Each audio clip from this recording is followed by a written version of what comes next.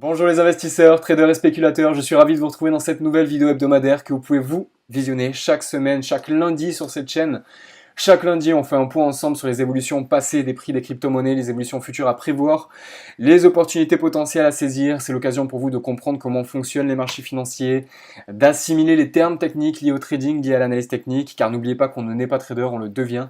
Il n'y a que en poussant votre apprentissage, votre enseignement que vous pouvez espérer devenir un bon trader, que vous pourrez devenir un bon trader. Il n'y a que en vous informant, en continuant à apprendre tous les jours, tout le temps. Moi, je suis tout le temps en train d'apprendre.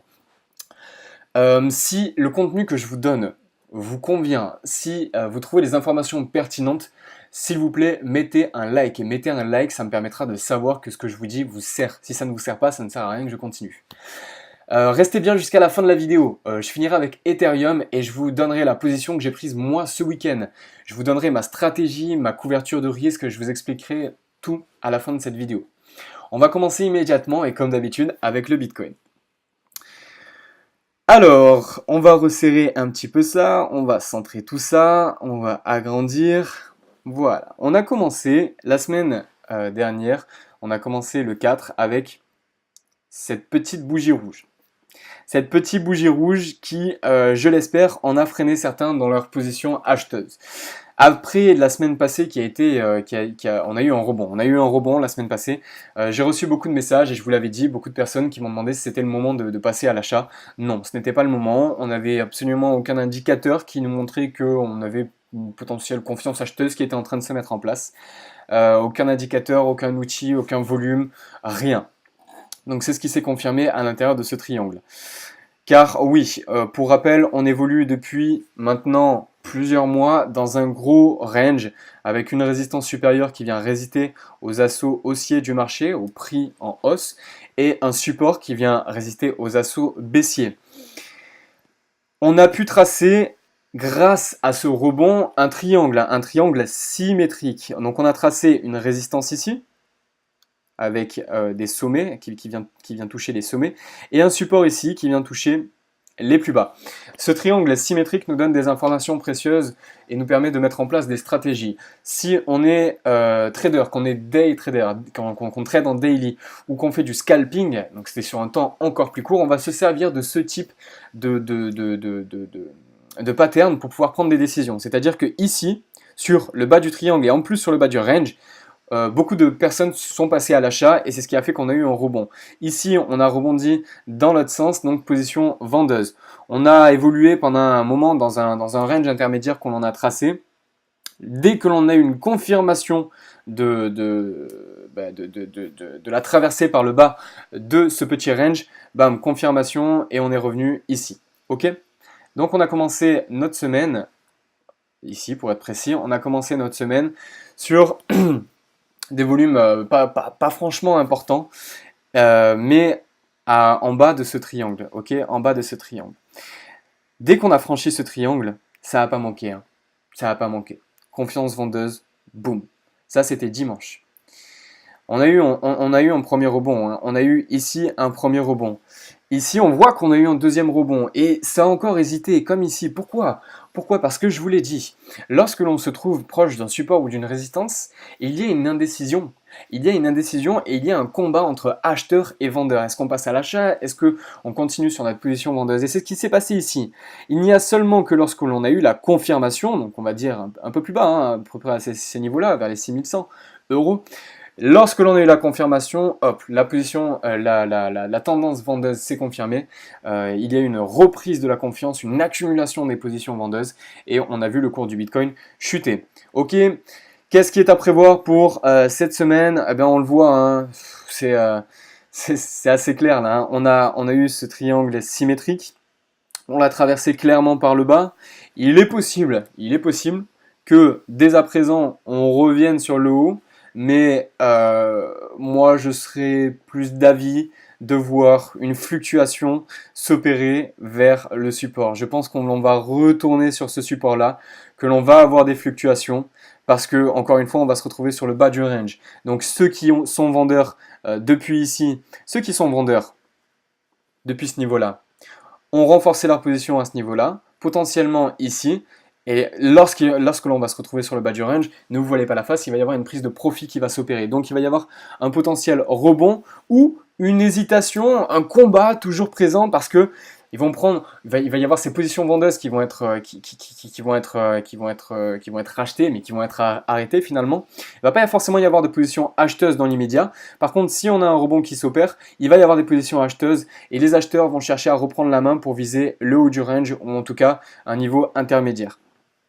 On ne risque pas de traverser en une fois le range vers le bas, à moins qu'il y ait des volumes très importants et à moins qu'il y ait une accélération du mouvement, à moins qu'il y ait une amplitude très importante, on ne viendra pas sortir cette semaine du range. Si on y sort au plus, on ira chercher au moins on ira chercher les 4700. On ira chercher le bas de cette tige, le bas de ces mèches. Le bas de ces mèches-là représenteront notre nouveau support et on viendra s'arrêter ici. Mais honnêtement, je pense que soit on va avoir se dessiner aujourd'hui un doji ou un marteau inversé et on va avoir un retour, soit eh bien, on va revenir sur le support et on va avoir des fluctuations. D'accord. Pour moi, c'est possible que ce soit assez neutre cette semaine. C'est possible que ce soit assez neutre, sauf si ici on a un gros doji ou un gros marteau inversé qui se met en place. Vous le savez, hein, sur les crypto-monnaies, les décisions sont complètement déraisonnées et les volumes peuvent très vite arriver. Donc, à surveiller.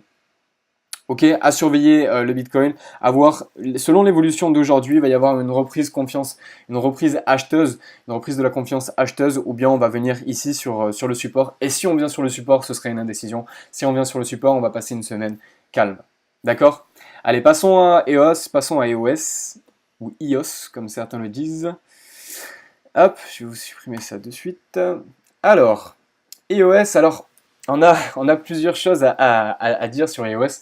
Déjà d'un point de vue fondamental, l'ICO est terminé. Le projet est réellement en train de sortir. EOS n'est plus un token, ça devient une vraie crypto-monnaie à part entière. Alors ça, c'est bien parce que ça y est, on est lancé. Mais ça peut mener à des indécisions parce que c'est à ce moment-là qu'il peut y avoir des failles technologiques. Donc on le voit ici, on le voit au niveau des prix. La crypto est devenue une vraie crypto. Ezio est en train de sortir, mais maintenant il y a un combat qui est en train de s'opérer entre eux. Est-ce que ça va être vraiment viable? Est-ce qu'on attend?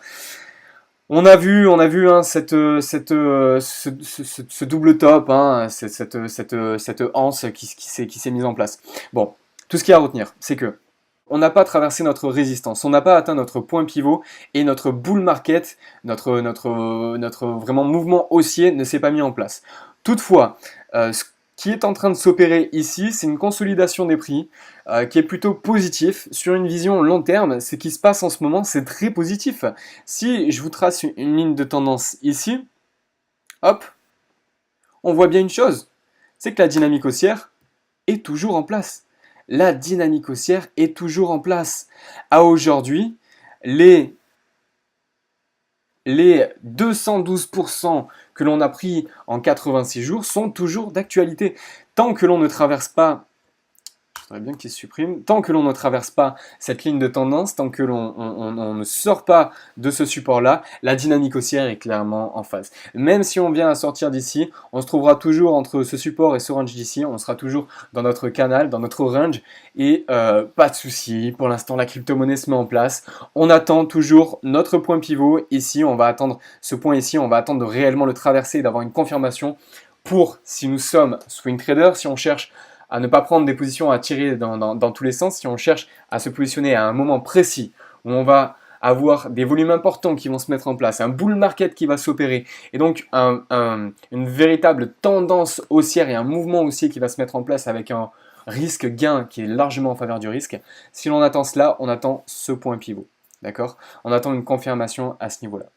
Donc pour EOS, on attend si on est swing trader, si on est en daily ou si on est scalper, on observe. Si on vient traverser ce support-là, c'est possible que la confiance vendeuse reprenne la main et que l'on revienne ici hein, sur le dernier plus bas. Pas forcément sur le bas du range, mais sur le dernier plus bas.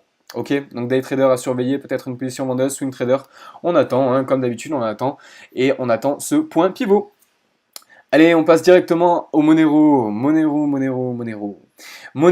est notre fameux triangle descendant. Bam. Donc là, triangle descendant, on n'est pas sur du symétrique parce que notre support que l'on a tracé ici avec des plus bas sur des mèches, bam bam, on voit que ça rebondit plusieurs fois. Pour rappel, au plus on tape sur une ligne de tendance, au plus elle est solide, au plus elle nous permet de prendre des positions et une stratégie qui soit applicable avec un maximum de sécurité, en tout cas de sérénité. Hein. Quand on fait du trading, on cherche à prendre des positions en fonction d'un scénario le plus probable. Au plus on vient taper sur des lignes de tendance, au plus on peut mettre en place des scénarios qui sont envisageable parce que cette résistance-là ou ce support-là est solide, donc on va pouvoir prendre une position. Par exemple, ici et ici, à chaque fois qu'on a tapé là sur la résistance, ok, la résistance elle est solide, on sait qu'on peut prendre une position vendeuse ici. D'ailleurs, je vous avais dit attention, hein, lorsqu'on était sur ces niveaux-là, je vous avais dit attention ici, hein, attention là. Là, ça a rebondi, bam, là, ça a rebondi, là, ça a rebondi. Ici aussi, on a un support là. Si on le traverse, il y a fort à parier qu'on va revenir sur le bas du triangle. Ça n'a pas loupé, on est revenu sur le bas du triangle. Je vous ai dit, sur un triangle comme ça, on prend une double position. On ne sait pas dans quel sens ça va partir, mais quand ça va partir, ça va partir. Donc on prend une position éventuellement acheteuse avec un stop ici, vendeuse avec un stop ici. Si, mettons, notre ordre à la vente est ouvert et que finalement on revient à l'intérieur du triangle, notre ordre est clôturé, on ne prend pas beaucoup de risques et notre ordre à l'achat reprend la main et on peut prendre enfin le vrai mouvement haussier. Moi, je vous le dis, franchement, je ne prends pas de position là sur Monero. Je ne prends pas de position, même si on est sorti du triangle. Pour moi, il n'y a pas vraiment de scénario clairement envisageable qui se mette en place. Je ne vais pas perdre mon temps et surtout mon argent à prendre des positions dans tous les sens. Pour moi, ici, c'est le mouvement futur n'est pas clairement identifiable, donc je ne prends pas de position sur Monero. À l'inverse d'Ethereum, et on va finir avec Ethereum. Ethereum, hop, bougie verte aujourd'hui, on va peut-être clôturer ma position. Alors bougie verte aujourd'hui, après une semaine d'hésitation, on voit, hein, c'est marrant, hein, c'est marrant quand on trace des lignes de tendance, on a vraiment des mouvements qui viennent suivre nos lignes. C'est étonnant.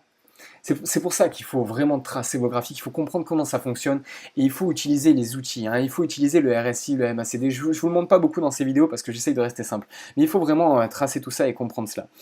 Donc on a eu une semaine là qui s'est opérée sur le haut du triangle. On ne l'a pas traversé et on n'a pas eu de gros mouvements. Pourquoi? Parce que les acheteurs ont attendu de voir que l'on traverse réellement ce triangle et qu'on ait une confirmation pour pouvoir passer vraiment acheteur et prendre des positions et accumuler leurs positions acheteuses. Ça c'est pas mis en place. Ce scénario n'a pas eu lieu. Finalement, on a rebondi à l'intérieur du triangle et qu'est-ce qui s'est passé ici? On a même eu un gros mouvement avec des volumes, un gros mouvement baissier qui s'est opéré. Alors ça, c'était ce week-end. Je vais vous mettre à 15 minutes pour vous expliquer moi comment j'ai vu ça. Ça, c'était ce week-end. Donc c'était dans la nuit. Hein. Dans la nuit, bam, les vendeurs ont repris la main. Et ici, on a eu une consolidation des prix. Les prix se sont resserrés. Au plus, des prix se contractent. Au plus, on a une indication que le mouvement futur va être important. Et c'est ce qui s'est passé ici. Les prix se sont contractés, les plus hauts et les plus bas se sont toujours plus resserrés. Lorsque l'on a traversé, ici, j'aurais pu vous tracer ça comme ça. Lorsque l'on a traversé notre support ici, hop, boum, on est tombé. Et on est revenu faire la même chose, contraction des prix. Et là, moi, j'ai eu ma confirmation. Avec cette première chute, suivie de cette contraction, cette deuxième chute et cette contraction, j'ai eu ma confirmation. J'ai J'ai donc pris une position vendeuse au 480 avec un objectif sur un plus bas que l'on a atteint, mais je n'ai pas clôturé ma position parce que c'est arrivé dans la nuit et que je n'ai pas tout le temps les yeux sur les écrans et que dans le trading des crypto-monnaies, on n'a pas des outils aussi précis et aussi automatiques que sur le Forex ou sur le trading des actions. Donc moi, j'avais comme objectif d'atteindre le dernier plus bas ici, donc avec un objectif à 439, un stop à 492 pour une position à 480. J'avais donc un ratio risque-perte de 3,56. J'avais 3 fois plus de profit à prendre que des pertes en cas d'un scénario qui serait négatif pour moi. Mais ce n'est pas ce qui s'est passé. Donc finalement, on a traversé là encore une fois cette contraction. Il y a eu une confirmation, boum, grosse bougie rouge. Moi, j'ai clôturé 50% de ma position pour me sécuriser et avoir un trade gratuit à ce niveau-là, un peu en dessous de 460. J'ai redescendu mon stop loss, il n'est plus à 492, il est à 464 et maintenant j'attends. Si les prix viennent à remonter au 464, je sors et je sors largement en bénéfice puisque je sors avec un bénéfice, sans parler du stop loss, hein, un bénéfice, sans parler de l'effet levier avec un bénéfice brut de plus de 4%, 4,33%. Donc si on revient ici, ça viendra réduire un petit peu parce qu'ici je suis à 3,47. Mais je sors largement bénéficiaire, je suis très content de ce trade. C'est un trade court terme. Moi, ce que j'attends maintenant, c'est de voir si on vient retaper le bas de ce canal et si on vient taper le bas du range. C'est pour ça que je ne clôture pas 50%. Au pire, on vient sur mon stop loss et je sors bénéficiaire. Au mieux, on vient sur le bas du range et je sors clairement bénéficiaire. Ok, n'hésitez pas à mettre en commentaire si vous avez des questions, j'y répondrai. Moi, je vous souhaite une très bonne semaine, de très bons trades. Portez-vous bien et à lundi prochain. Ciao, ciao!